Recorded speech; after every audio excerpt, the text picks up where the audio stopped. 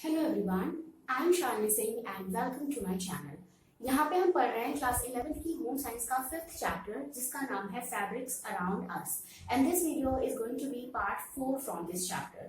सो अभी तक आपने पहले के पार्ट्स नहीं देखे हैं तो उनको भी देख लीजिएगा। पहले के पार्ट्स में हमने फाइबर्स के बारे में पढ़ा, हमने यार्न प्रोसेसिंग पढ़ी कि यार्न कैसे बनता है, फिर हमने फैब्रिक प्रोडक्शन पढ़ा कि फैब्रिक कैसे बनता है, हमने फैब्रिक की फिनिशिंग के बारे में पढ़ा कि कैसे फिनिशिंग की जाती है फैब्रिक के ऊपर, और आज हम कुछ इंपॉर्टेंट फाइबर्स के बारे में पढ़ेंगे जिनमें सबसे पहले हम कॉटन के बारे में पढ़ेंगे। India is the first country where cotton was grown and used and continues to be one of the largest cotton growing areas. तो इंडिया वो पहली कंट्री है जहाँ पे कॉटन उगाया गया और यूज भी किया गया, और आज भी इंडिया जो है उन सभी कंट्रीज में से एक है जो कॉटन उगाने में नंबर 1 पे है, मतलब कॉटन यहाँ पे सबसे ज्यादा होता है। ठीक है, the seeds are separated from the fiber by a process called ginning। तो देखो, आपको पता है कॉटन कैसे होता है। कॉटन का पेड़ होता है और जो उस पे पॉट्स होते हैं ना, पॉट्स लगे होते हैं, उनमें क्या होता है, बीज होता है, और उसी बीज के चारों ओर कॉटन के फाइबर्स चिपके होते हैं। और जो प्रोसेस होता है जिसके थ्रू हम बीज को फाइबर से अलग करते हैं वो प्रोसेस गिनिंग कहलाती है। ठीक है, गिनिंग एक प्रोसेस होता है जिसमें कॉटन के फाइबर्स को उसके बीज से अलग किया जाता है। ठीक है, 1 मार्क का क्वेश्चन यहाँ से पूछा जा सकता है कि गिनिंग क्या होती है। ठीक है, या फिर ऐसे भी पूछ सकता है कि कॉटन के बीज को फाइबर से अलग करने का प्रोसेस क्या कहलाता है, तो वो गिनिंग कहलाता है। ठीक है, अब देखो प्रॉपर्टीज क्या है, क्या क्या कैरेक्टरिस्टिक्स हैं कॉटन के फाइबर की। सबसे पहला तो ये स्टेपल फाइबर है, बहुत छोटा है, और ये कह सकते हो कि सबसे छोटा फाइबर है। ये जितने भी नेचुरल फाइबर है उनमें भी ये बहुत छोटा है। इसकी लेंथ जो है ना 1 सेंटीमीटर से लेके 5 सेंटीमीटर तक होती है। सेलुलोज फाइबर है क्योंकि हमें ये कहाँ से मिलता है, नेचर से मिलता है। ठीक है, अपीयरेंस इसकी कैसी होती है, डल होती है, उतना ज्यादा लस्ट्रस नहीं होता, ये चमकीला नहीं होता। तो इसको चमकीला बनाने के लिए हम तरह तरह की फिनिशिंग इसके ऊपर करते हैं। ठीक है, जब आप इसको टच करोगे ये थोड़ा सा रफ भी आपको लगेगा। ठीक है, इसकी जो टेक्सचर है वो आपको कैसी लगेगी, रफ लगेगी। ठीक है, और इसके अलावा ये बाकी फाइबर से थोड़ा ज्यादा भारी होता है, मॉइस्चर को अच्छे से एब्जॉर्ब भी कर लेता है और सूखता भी जल्दी से है। ठीक है, अगर ये गीला हो गया है तो बहुत जल्दी सूख जाएगा। ठीक है, और भी बहुत सारे ऐसे फैब्रिक होंगे मार्केट में जो कि कॉटन से बने होते हैं, जैसे मसलिन हो गया, कैमरिक हो गया, डेनिम हो गया। डेनिम जो होता है वो कॉटन से ही बना होता है। ठीक है, अब हम बात करेंगे लिनन की। कॉटन के बारे में हमने पढ़ लिया, कॉटन की प्रॉपर्टीज हमने पढ़ ली। ठीक है, अब हम बात करेंगे लिनन की। लिनन में क्या है, एक सेलुलोजिक फाइबर है और ये एक बास्ट फाइबर है। बास्ट फाइबर समझते हो, जो पेड़ों के तने से मिलता है। पेड़ों के तने के अंदर का जो सॉफ्ट पार्ट होता है ना, जो फ्लैशी पार्ट होता है तने के अंदर का, उसको हम क्या बोलते हैं, उसको हम बास्ट बोलते हैं। ठीक है, जब पेड़ों के जो स्टेम्स होते हैं उनकी छाल को आप हटाओगे तो जो अंदर का फ्लैशी पार्ट होता है वही होता है बास्ट, इसीलिए लिनन को बास्ट फाइबर बोलते हैं। ठीक है, और ये किस पेड़ से मिलता है, ये फ्लैक्स के पेड़ से मिलता है। ठीक है, फ्लैक्स के प्लांट से मिलता है बेसिकली। और इस फाइबर को पाने के लिए हमें क्या करना पड़ता है, जो फ्लैक्स प्लांट के स्टेम्स होते हैं ना, उनको काफी दिनों के लिए भिगा के रख दिया जाता है पानी में। ठीक है, या ऐसे ही छोड़ दिया जाता है, जो ओस पड़ती है ना, ओस की बूंदे, उनसे भी वो क्या होता है, गीला होता रहता है। ठीक है, तो उसको नेचर में भी छोड़ दिया जाता है, या अगर बहुत जल्दी चाहिए फाइबर तो हमें उसको क्या करना पड़ता है, पानी में भिगा के रखना पड़ता है। ठीक है, तो पानी में भिगा के इन प्लांट्स की स्टेम को, तने को रखा जाता है, और पानी में भिगाने का ये जो प्रोसेस है ना, ये क्या कहलाता है, रैकिंग कहलाता है। इसमें क्या किया जाता है, स्टेम्स को गलाया जाता है। जब वो गल जाते हैं तो ऊपर का जो छाल है, जो वुडी पार्ट है स्टेम का, वो अपने आप अलग हो जाता है और फाइबर्स भी अलग हो जाते हैं। फिर यहाँ से फाइबर को कलेक्ट किया जाता है और उनको आगे भेजा जाता है स्पिनिंग के प्रोसेस के लिए। ठीक है, इसकी प्रॉपर्टीज क्या होती है, ये भी एक सेलुलोजिक फाइबर है। इसकी ज्यादातर क्वालिटीज कॉटन से मैच करती हैं। ठीक है, लॉन्गर है लेकिन कॉटन से ज्यादा ये आपको लॉन्गर लगेगा, कॉटन से ज्यादा फाइन होता है। ठीक है, कॉटन से ज्यादा स्ट्रांग होता है और कॉटन से ज्यादा लस्ट्रस होता है। ठीक है, बहुत चमकीला होता है, कॉटन से तो ज्यादा चमकीला होता है। ठीक है, मॉइस्चर को एब्जॉर्ब भी अच्छे से कर लेता है और साथ ही साथ कंफर्टेबल भी होता है। लेकिन एक खराबी इसमें होती है कि आप इसको डाई उतने इजीली नहीं कर पाते, ठीक है। जैसे जब आप इसको डाई करते हो, उसको कलर करते हो ना, तो ये डाइस को, कलर को उतने अच्छे से एब्जॉर्ब नहीं कर पाता। इसी वजह से जो कलर चढ़ता है लिनन के फाइबर पे वो उतना ज्यादा ब्राइट नहीं चढ़ पाता, ठीक है। तो ये एक खराबी है इसके अंदर। और एक चीज और है, अगर देखो आप सोच रहे होगे कि जब लिनन में इतनी सारी क्वालिटीज हैं, कॉटन से फाइनर है, कॉटन से टेक्सचर इसका अच्छा है, मॉइस्चर को भी एब्जॉर्ब कर लेता है, तो फिर हम लिनन ही क्यों नहीं यूज करते। देखो लिनन की जो प्रोसेसिंग है ना वो बहुत ही डिफिकल्ट है। इसको पूरा गलाना पड़ता है पानी में रख के, बहुत टाइम लग जाता है, टाइम टेकिंग प्रोसेस है और थोड़ा सा डिफिकल्ट प्रोसेस है। इसी वजह से हम लिनन का यूज कम करते हैं, कॉटन का यूज ज्यादा करते हैं। तो बहुत कम ऐसी कंट्रीज है जहाँ पे लिनन उगाया जाता है, लिनन का फाइबर तैयार किया जाता है, ठीक है। उसके बाद देखो जूट और हेम्प, ये दोनों भी ऐसे फाइबर है जो लिनन की तरह ही है। ये दोनों भी क्या है, बास्ट फाइबर्स है, ठीक है। लेकिन इनके अंदर उतनी फ्लेक्सिबिलिटी नहीं होती और ये बहुत ज्यादा कड़े होते हैं, मोटे होते हैं, ठीक है।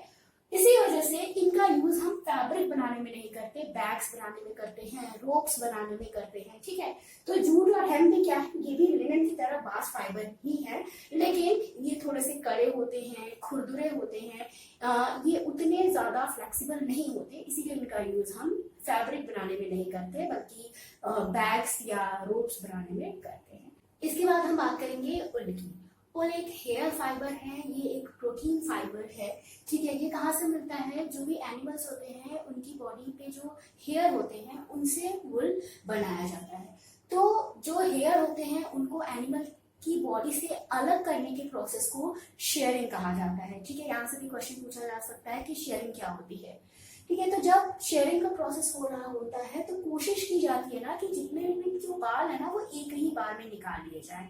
इससे क्या होगा, जो बाल हैं वो छोटे बड़े नहीं होंगे, एक साइज के आएंगे। और एक बार में जो निकालने का प्रोसेस है उसको क्या कहा जाता है, फ्रीज कहा जाता है, ठीक है। जो जब बाल एक ही बार में निकाल लिए जाते हैं तो उसको फ्रीज बोला जाता है, ठीक है। The fibers are scoured to get rid of dirt, grease and bright perspiration. तो देखो उसके बाद जब बाल निकल गए एनिमल की बॉडी से, शेयरिंग का प्रोसेस हो गया, उसके बाद स्काउरिंग का प्रोसेस होता है। इसमें जो भी गंदगी होती है उन बालों में उनको साफ किया जाता है। जैसे जो भी डर्ट होती है एनिमल की बॉडी की वजह से बाल पे भी आ जाती है, उनको साफ किया जाता है। थोड़ा सा ग्रीसी हो जाते हैं हेयर तो उसको भी साफ किया जाता है। पसीना वसीना एनिमल के बालों पे होगा ही तो उसको भी साफ किया जाता है। तो डर्ट, ग्रीस और पर्सपिरेशन को साफ करने का प्रोसेस स्काउरिंग कहलाता है, ठीक है। उसके बाद क्या होता है, उसके बाद कार्बोनाइजेशन का प्रोसेस होता है। इसमें क्या किया जाता है, जितने भी उन बालों पे गंदगी लगी है, जैसे वेजिटेबल की लीव्स लगी हो, ट्विग्स लगी हो, तो उनको क्या किया जाता है, हटाया जाता है, ठीक है। तो कार्बोनाइजेशन भी साफ करने का ही प्रोसेस है, लेकिन इसमें जो बालों के ऊपर ट्विग्स होती हैं, पत्तियां होती हैं, उनको हटाने की कोशिश की जाती है, ठीक है। स्काउरिंग में भी साफ होता है, लेकिन उसमें क्या किया जाता है, डर्ट, ग्रीस और पसीना जो होता है एनिमल की बॉडी पे उसको बाल से हटाया जाता है, ठीक है। इसके बाद ये जो बाल हैं इनको भेज दिया जाता है स्पिनिंग के लिए, ठीक है। अब है प्रॉपर्टीज, क्या क्या प्रॉपर्टीज होती हैं उल की। तो देखो ये एक प्रोटीन फाइबर है, मैंने ऑलरेडी बताया। इसकी लेंथ ना वेरी कर सकती है। जो भी हमारा एनिमल है, एनिमल की ब्रीड के अकॉर्डिंग, उसकी प्रजाति के अकॉर्डिंग बालों की जो लेंथ है वो वेरी कर सकती है। तो 4 सेंटीमीटर से लेकर 40 सेंटीमीटर तक के फाइबर यहाँ पे मिल सकते हैं, ठीक है। और यहाँ पे देखो इन बालों में एक नेचुरल क्रिम्प होता है, मतलब इनमें अपनी खुद की ही सिकुड़न होती है। इसकी वजह से ये इनके अंदर क्या होती है, इलास्टिसिटी भी होती है और इनके अंदर इलॉन्गेशन वाली प्रॉपर्टी भी होती है। मतलब खींचने पे आप देखोगे वो क्या होता है, जब आप खींचोगे तो वो बढ़ता है, ठीक है। इलास्टिसिटी मतलब वो उसके अंदर सिकुड़न जल्दी नहीं आती, आप खींच के छोड़ोगे तो वो वापस अपने रूप में आ जाएगा। तो ये सब क्यों होता है, इलास्टिसिटी कहाँ से आती है, इलॉन्गेशन वाला प्रॉपर्टी, ये सब कहाँ से आता है, क्योंकि वुल के अंदर नेचुरल क्रिम्प होता है, ठीक है। तो इसी वजह से उसके अंदर ये प्रॉपर्टीज होती हैं, लेकिन इसकी स्ट्रेंथ ना थोड़ी कम होती है। अदर फाइबर से अगर तुलना करें तो वुल जो होता है वो क्या होता है, थोड़ा कम मजबूत होता है। ठीक है। और इसका जो सरफेस होता है ना, वो उस पे क्या होता है, स्केल्स होते हैं, इस पे सरफेस स्केल्स होते हैं, मतलब थोड़ा सा पफीनेस आपको दिखेगी वुल के फाइबर के। और ये पफीनेस की वजह से ही ये क्या करता है, वाटर को एब्जॉर्ब कर लेता है। और वाटर तो ये एब्जॉर्ब करता है, लेकिन जब आप इसको टच करोगे तो ये आपको गीला नहीं लगेगा। इसी वजह से जब हम ठंडी के दिन में स्वेटर पहनते हैं, इतनी ह्यूमिडिटी होती है, पूरा ओस पड़ रही होती है, फिर भी ऊपर से भले ही हमारा जो स्वेटर है वो गीला हो रहा होता है, लेकिन अंदर हमें वो चीज पता नहीं चलती। ठीक है, हमें अंदर ठंड भी नहीं लगती। ऊपर से आप स्वेटर छुओगे तो आपको ठंडा लगेगा, लेकिन अंदर से स्वेटर आपको क्या किया रहता है, गर्म किया रहता है। इसी की वजह से, क्योंकि वुल के ऊपर क्या होते हैं, सरफेस स्केल्स होते हैं, जो कि नमी को एब्जॉर्ब कर लेते हैं, और इतने अच्छे से एब्जॉर्ब करते हैं कि ऊपर आप जब छुओगे तो वो नमी आपको पता नहीं चलेगी। ठीक है। और यहाँ पे देखो, इससे जो है मिक्स्ड फैब्रिक भी बनाए जाते हैं। वुल को कॉटन के साथ, रेयॉन के साथ, पॉलिस्टर के साथ मिक्स करके ब्लेंड फैब्रिक या मिक्स्ड फैब्रिक बनाए जा सकते हैं। अब उस सिचुएशन में क्या होगी, जो वुल की प्रॉपर्टीज होंगी ना, थोड़ी चेंज हो जाएगी। अब हम बात करेंगे सिल्क की। देखो, सिल्क ही एक ऐसा नेचुरल फाइबर है जो कि फिलामेंट होता है। बाकी सारे नेचुरल फाइबर स्टेपल होते हैं, उनकी लेंथ छोटी होती है, लेकिन सिल्क की लेंथ अच्छी खासी होती है। ठीक है। और ये हमें मिलता कैसे है, सिल्क वॉर्म की बॉडी से सिक्रीशन होता है प्रोटीन और गम का, उसी सिक्रीशन से हमें सिल्क मिलता है। अगर अब सिर्फ सिल्क का प्रोडक्शन कंट्रोल कंडीशन में होता है तो सिल्क स्मूथ होता है, लॉन्ग होता है, लस्ट्रस होता है। लेकिन अगर सिल्क का प्रोडक्शन कंट्रोल कंडीशन में नहीं होता, ऐसे ही वो नेचर में हो जाता है, तो उस समय वो सिल्क उतना ज्यादा स्ट्रांग नहीं होता, वो चमकीला नहीं होता। ठीक है, वो स्मूथ नहीं होता। तो जो सिल्क का प्रोडक्शन कंट्रोल कंडीशन में होता है, उसी को सेरिकल्चर कहा जाता है। अगर सिल्क के कीड़ों को पाला जाए, उनको मलबरी की लीव्स खिलाई जाए, ठीक है, उन पे नजर रखी जाए, तो उस प्रोसेस को सेरिकल्चर कहते हैं। ठीक है। अब ये जो सिल्क होता है ना, ये मिलता हमें कहाँ से है, कोकून से मिलता है। देखो, होता क्या है कि मान लो ये सिल्क का कीड़ा है। ठीक है, मान लो ये क्या है, कीड़ा है। ठीक है, इसके यहाँ पे क्या होता है, मुंह के पास 2 छेद बने होते हैं, और इन छेदों में से ही प्रोटीन और गम निकलता है। और धीरे धीरे ये जो गम और प्रोटीन निकलता है ना, ये इसकी बॉडी को पूरा क्या कर लेता है, कवर कर लेता है। ठीक है, इसकी बॉडी को पूरा कवर कर लेता है। और जब ये बॉडी को कवर कर लेता है तो फिर ये कड़ा हो जाता है। ठीक है, ये जो गम और प्रोटीन होता है ये कड़ा हो जाता है, और इसी को हम कोकून बोलते हैं। इसी कोकून के अंदर कीड़ा होता है। ठीक है, तो क्या किया जाता है, ये पूरा जो कोकून होता है ना, कीड़े सहित, इसको उठा के गर्म पानी में डाल दिया जाता है, और फिर सिल्क के रेशे अपने आप इसमें से निकलने लगते हैं, और कीड़े जो होते हैं वो क्या होते हैं, मर जाते हैं। ठीक है, तो अगर ये जो कीड़ा है ये अपने आप बाहर निकल गया, ये जो कोकून है ये टूट गया, क्योंकि कीड़ा इसके अंदर क्या कर रहा होता है, बड़ा हो रहा होता है। ठीक है, वो कह सकते हो अपने आप को उसके अंदर पाल रहा होता है। तो जब वो कीड़ा अपने आप बड़ा हो जाता है और ये कोकून टूट जाता है, तो उस समय जो हमें सिल्क मिलता है वो कैसा सिल्क मिलता है, वो खराब सिल्क मिलता है। वो फिर क्या होता है, तुम्हें लंबे लंबे रेशे फिर उससे नहीं मिलेंगे, उससे टूटा हुआ सिल्क मिलेगा। उसी को हम क्या बोलेंगे, स्पन सिल्क बोलेंगे। उसी को हम क्या बोलेंगे, स्पन सिल्क बोलेंगे। जब कीड़ा बाहर निकल जाता है, ये कोकून टूट जाता है, तो टूटे हुए कोकून से जो हमें फिलामेंट मिलेगा वो क्या होगा, वो फिलामेंट नहीं होगा, वो तो फिर स्टेपल हो गया ना, क्योंकि वो तो उतना लंबा हो नहीं पाएगा, वो तो छोटा हो जाएगा। ठीक है, तो यही बात यहाँ पे की जा रही है। तो जनरली जो होता है सिल्क, उस पर स्पिनिंग का प्रोसेस नहीं होता। ठीक है, क्यों, क्योंकि ये खुद ही लंबे होते हैं, अच्छी खासी चमक इनमें होती है, तो इस पे स्पिनिंग का प्रोसेस नहीं किया जाता। लेकिन जो हमारा स्पन सिल्क होता है, मतलब जब कोकून टूट जाता है या सिल्क के फिलामेंट टूट जाते हैं, तो उस समय जो सिल्क होता है, जो स्पन सिल्क मिलता है, उसकी स्पिनिंग जरूरी हो जाती है। ठीक है, समझ आई बात। तो हमें 2 तरीके से सिल्क मिलता है, एक कंट्रोल कंडीशन में, एक नेचर से मिलता है। तो नेचर वाला सिल्क उतना हमारे यूजफुल नहीं होता। हम कंट्रोल कंडीशन में जो सिल्क लेते हैं, सिल्क का प्रोडक्शन करते हैं, वो हमारे लिए ज्यादा यूजफुल होता है। ठीक है, अब इसमें भी सिचुएशन होती है कि तुम्हारा जो कोकून है वो टूटना नहीं चाहिए। अगर कोकून टूट गया तो जो हमें रेशा मिलेगा, जो फाइबर मिलेगा, वो कैसा मिलेगा, टूटा टूटा मिलेगा। ठीक है, छोटे छोटे फाइबर फिर मिलेंगे, फिर उन फाइबर पे स्पिनिंग का प्रोसेस करना ही पड़ेगा।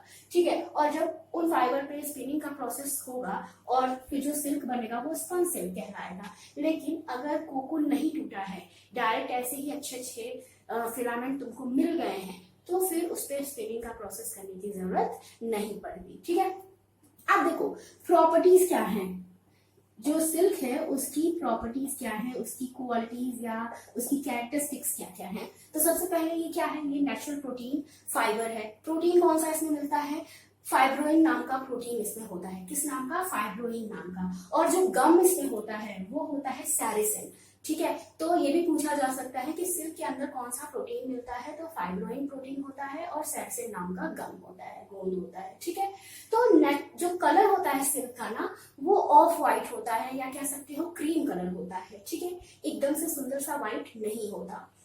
और इसमें देखो बताया ना मैंने, गम होता है जिसकी वजह से इसका जो टेक्सचर होता है वो थोड़ा सा कैसा होता है, क्रिस्प होता है। ठीक है, थोड़ा सा क्रिस्पी टाइप का इसका टेक्सचर आता है।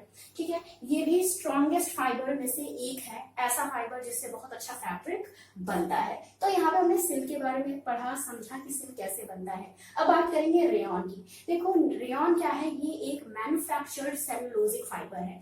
मतलब ये तो मैन मेड है ही, लेकिन इसको बनाया कैसे जाता है, इसको सेलुलोज का यूज करके बनाया जाता है, वुड पल्प का यूज करके बनाया जाता है, और उसी में केमिकल मिला दिया जाता है। तो वुड पल्प और केमिकल को मिला के हमारा रेयॉन बनता है, इसीलिए इसको सेलुलोजिक फाइबर कहते हैं, मैन्युफैक्चर्ड सेलुलोजिक फाइबर बोलते हैं। ठीक है, इसको रीजेनरेटेड फाइबर भी बोलते हैं। ठीक है, अब इसकी प्रॉपर्टीज क्या क्या है, देखो यहाँ पे मैं लिखना भूल गई।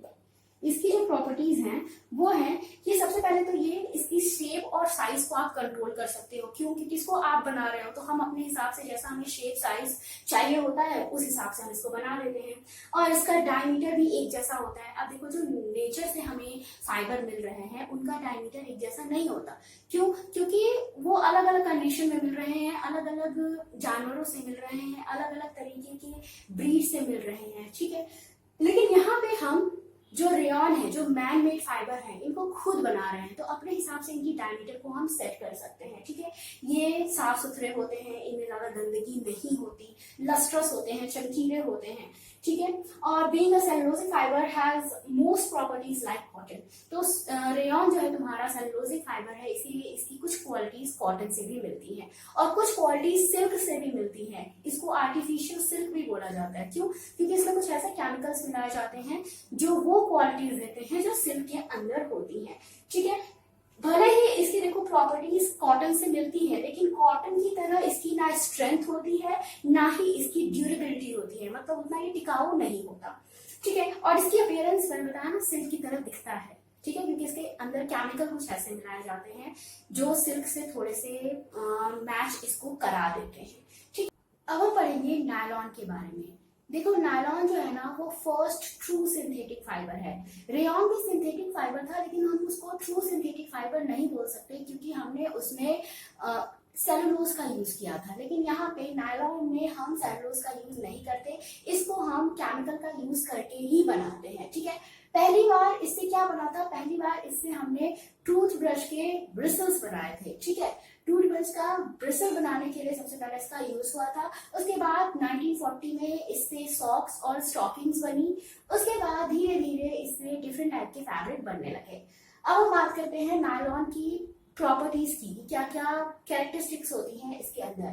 देखो जनरली ये स्मूथ होता है, शाइनी होता है, और इसका डायमीटर जो होता है ना वो एक जैसा होता है। मतलब जितने भी फाइबर्स बनते हैं सबका डायमीटर एक जैसा होता है। और जितने भी सिंथेटिक फाइबर होते हैं ना उनमें ये क्वालिटी पाई जाती है कि उनका डायमीटर एक जैसा होता है, क्योंकि उनको हम बनाते हैं तो हम अपने हिसाब से, अपनी जरूरत के हिसाब से उनका डायमीटर चेंज कर सकते हैं। ठीक है, ये सारे क्या है, मैन मेड है, हमारे द्वारा बनाए गए हैं, तो हम इनको चेंज कर सकते हैं, इनकी डायमीटर को चेंज कर सकते हैं। ठीक है, स्ट्रेंथ काफी अच्छी होती है नायलॉन में, और इसमें रगड़ भी उतनी ज्यादा नहीं लगती, और ये इलास्टिक फाइबर है, मतलब इनमें इलास्टिसिटी काफी अच्छी होती है, फाइन होते हैं, ट्रांसपेरेंट होते हैं, और इससे डिफरेंट टाइप के फैब्रिक बनाए जाते हैं, इससे डिफरेंट डिफरेंट टाइप के अपैरल बनाए जाते हैं, जैसे स्विम सूट्स हो गए, अंडरगारमेंट्स हो गए, सॉक्स हो गए, ग्लव्स, नेट्स, साड़ीज, सब इनसे बनता है। उसके बाद बात करेंगे पॉलिस्टर की। देखो पॉलिस्टर जो होता है ना, ये भी मैन्युफैक्चर्ड सिंथेटिक फाइबर है, तो इसका भी जो डायमीटर है वो एक जैसा ही होगा। इसको हम टैरिलिन या टेरिन दोनों बोलते हैं, ठीक है, कुछ भी बोल सकते हो, टैरिलिन भी बोल सकते हो या टेरिन भी बोल सकते हो। अगर इसकी प्रॉपर्टीज की बात करें तो ये स्मूथ होता है, इसका सरफेस कैसा होता है, स्मूथ होता है, देखने में रॉड की तरह लगता है, और इसमें जो रिंकल्स होते हैं, सिकुड़न होती है, वो नहीं पड़ती, और थोड़ा मोड़ा ये ट्रांसपेरेंट भी होता है, और हल्का फुल्का लस्ट्रस भी ये होता है, चमक होती है बहुत हल्की फुल्की। इसके साथ ये मॉइस्चर को अब्जॉर्व नहीं कर पाता, इसीलिए हम समर में इनका यूज नहीं करते। इसको डिफरेंट फाइबर के साथ ब्लेंड करके ब्लेंडेड या मिक्स्ड फैब्रिक बनाए जा सकते हैं, ठीक है। इसको रेयॉन के साथ, कॉटन के साथ, वुल के साथ, स्पन सिल्क के साथ, सबके साथ क्या किया जाता है, ब्लेंड किया जाता है, ठीक है। इसके बाद है एक्रिलिक। देखो एक्रिलिक क्या होता है, ये देखने में वुल की तरह ही लगता है, ठीक है, लेकिन ये वुल से सस्ता होता है, ठीक है। इसको हम कैशमेरियन भी बोलते हैं एक्रिलिक को। इसमें क्या क्या क्वालिटीज होती हैं, क्या क्या इसकी प्रॉपर्टीज हैं, तो देखो ये बहुत ज्यादा स्ट्रॉन्ग नहीं होता, इसकी स्ट्रेंथ जो है ना वो कॉटन की तरह ही होती है, ठीक है। हाँ, लेकिन इसमें अच्छी खासी इलास्टिसिटी होती है, इलोंगेशन वाली प्रॉपर्टी भी इसमें होती है, ठीक है। बच्चों के लिए कपड़े इससे बनाए जाते हैं। अब भाई उल की तरह है, प्रॉपर्टीज भी उल से मैच करती हैं, तो इससे ब्लैंकेट्स भी बनते हैं और निटेड गुड्स भी बनते हैं, ठीक है। इसके बाद बात करेंगे इलास्टोमेरिक फाइबर्स की। ये क्या होते हैं, ये रबर की तरह होते हैं, रबर की तरह के ये फाइबर्स होते हैं, और इनका यूज करके भी डिफरेंट टाइप के फैब्रिक बनाए जाते हैं। तो यहाँ पे हमने कुछ इंपॉर्टेंट फाइबर्स के बारे में भी पढ़ लिया, तो इसी के साथ हमारा ये चैप्टर कंप्लीट होता है। आई होप जो भी हमने आज पढ़ा वो सब आपको समझ में आया हो। वीडियो अच्छा लगा हो तो लाइक कर देना, शेयर कर देना, और चैनल को सब्सक्राइब कर देना। और जो भी नोट्स हैं इस चैप्टर के वो डिस्क्रिप्शन बॉक्स में मिल जाएंगे, ठीक है। उनका लिंक मैंने डिस्क्रिप्शन बॉक्स में दिया है, तो आप उसको भी देख लेना। Thank you for watching.